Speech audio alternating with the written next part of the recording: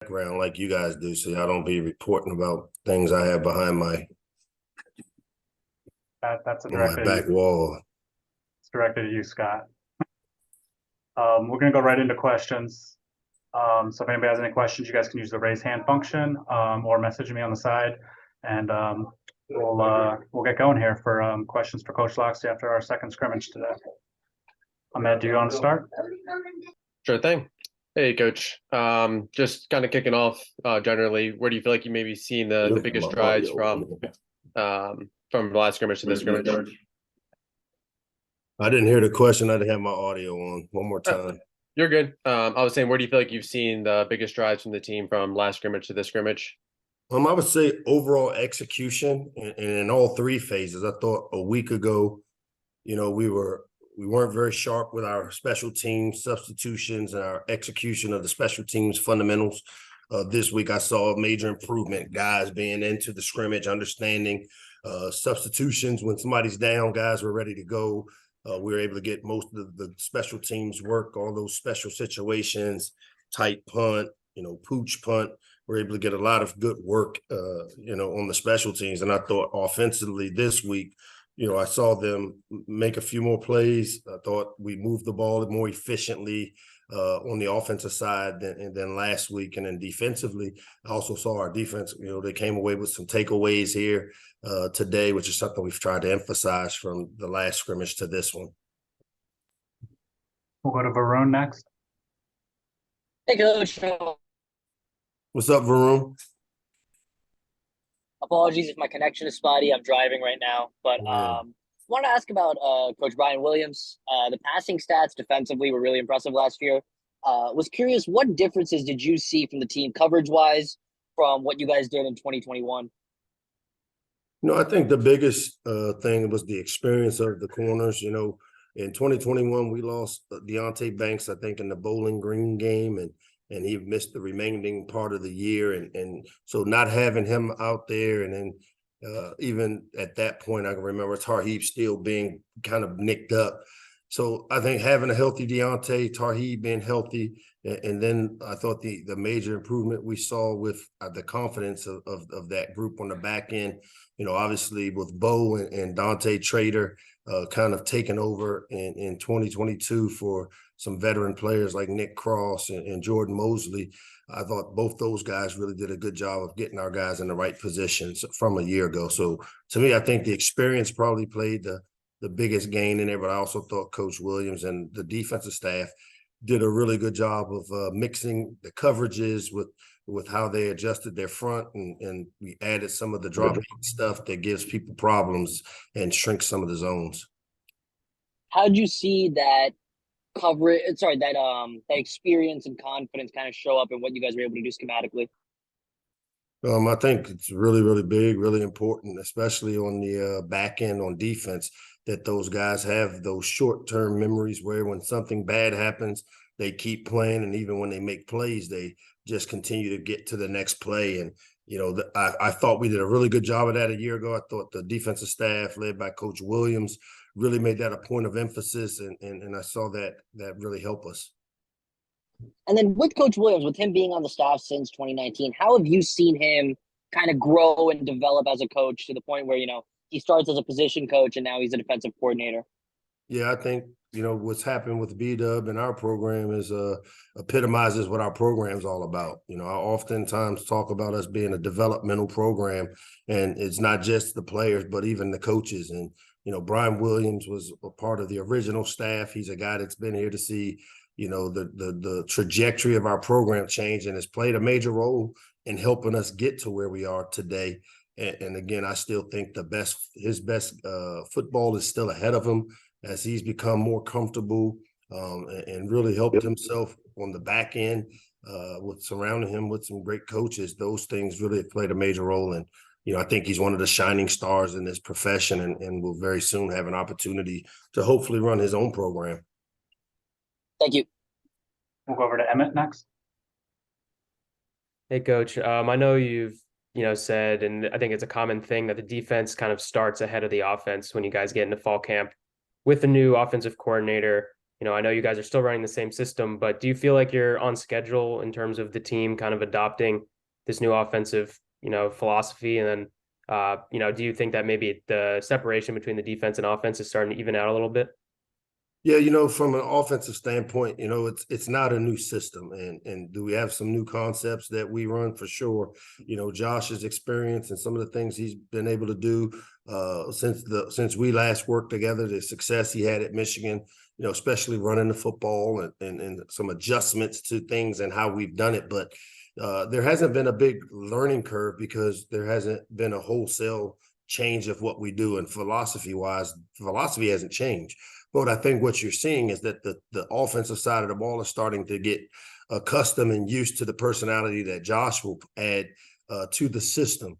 The big thing when you hire coordinators, and with me being an offensive guy, is it's a fine line of me allowing and making sure Josh is able to put his personality as a play caller into what we do and what we've done around here successfully. And I've seen that transition go really smoothly.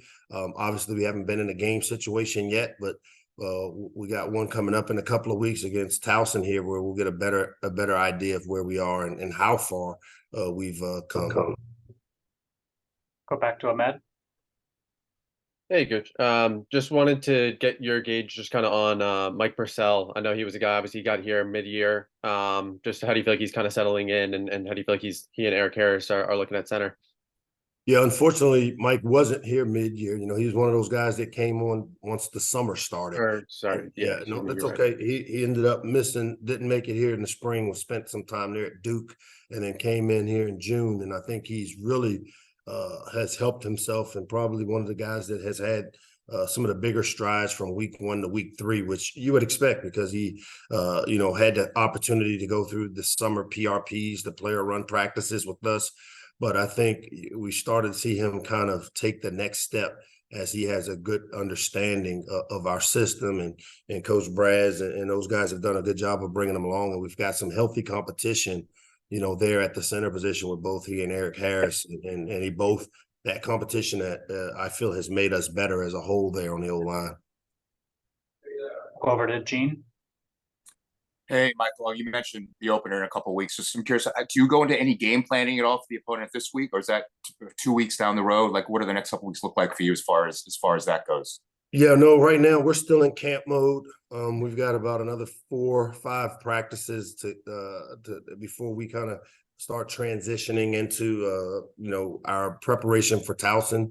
And so I think by the end of next week, we'll start working into, Thursday, Friday, I think is when we'll start on our Towson prep to give us a couple of extra days, to get us ready to go. And, obviously it's a new team, new coach there at Towson. So we don't have a great knowledge of what they're doing or what they run. So we've got to be really good at knowing what we do well and be ready to make those adjustments once the game gets on us. And when you're still in camp mode, like, what do you want to see over the next few days before you start looking at specific game planning? It's mostly these young players, the 2s and 3s, as they're trying to create roles for themselves.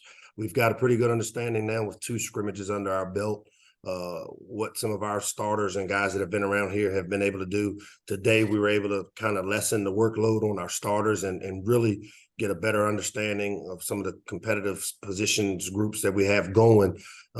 We're trying to have guys define roles. And so this next week, we'll continue to do competitive things in practice. We'll continue to evaluate, the different position groups that we do have competition at, as well as some of these younger players that will be thrust into roles, whether it be on special teams or a backup role to help us. And that's what we want to continue to work on as we get to 4. Thank you, Michael. Go back to Varun. Hey, Coach, with talking about how the starters are falling into place, how close do you feel to having that 5 along the offensive line solidified? Yeah, not there yet. Still rotating different groups and different personnel. The one great thing about the group up front and the way Coach Braswell really has trained all these guys is their position flexibility gives us a lot of different rotations of how we can play those guys. And so right now we're looking for the quality depth of hopefully having, 10 to 12 guys that can play winning football for us.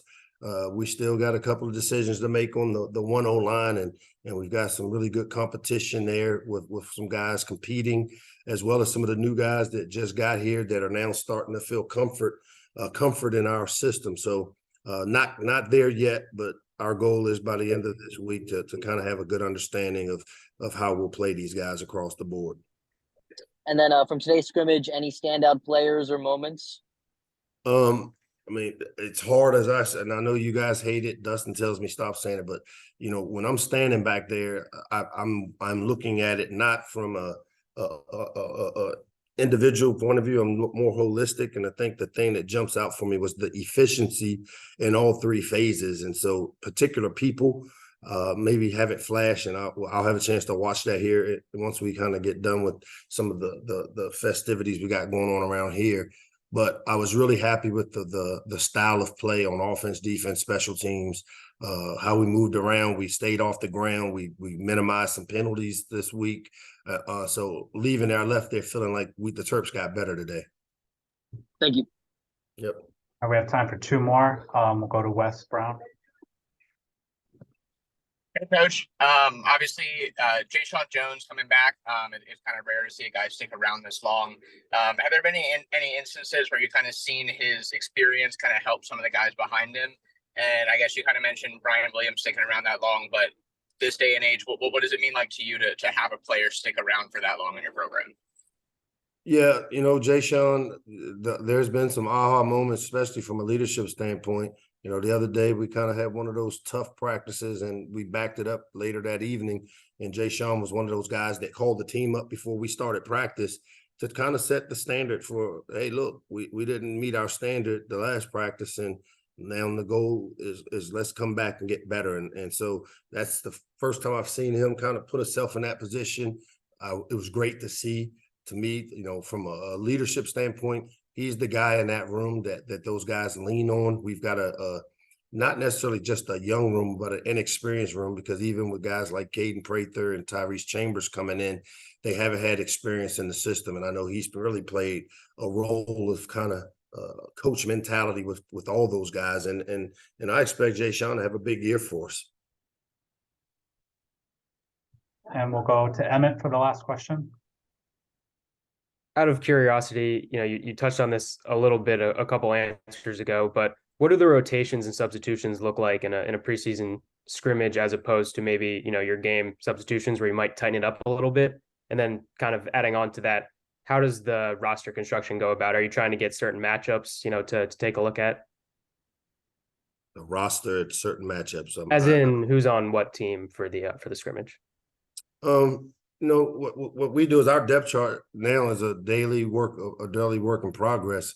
Guys go up and down the depth chart based on how they perform the previous practice, previous situations. And so, you know, for us, the rotation for us today, we had certain guys we wanted to see run with the ones because, you know, for instance, you take the quarterback, we know who Leah Tungavailoa is, but if Leah Tungavailoa is not out there, which we found ourselves in that situation in Northwestern a year ago, you know, how does Billy operate this system behind the 1-0 line? Same thing with a guy like Cam Edge, who's competing with, you know, Billy there for that number 2 job. So, yeah, we put some thought into how we want to rotate players, some of our better players that have established themselves from a production standpoint.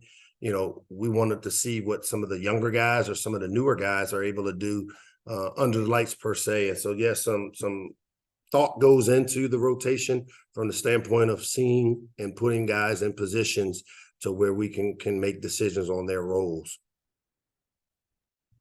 All right. Thank you, Coach. Appreciate the time. Appreciate you guys all coming on. Thanks, guys. See you guys soon. Have a good rest of your weekend.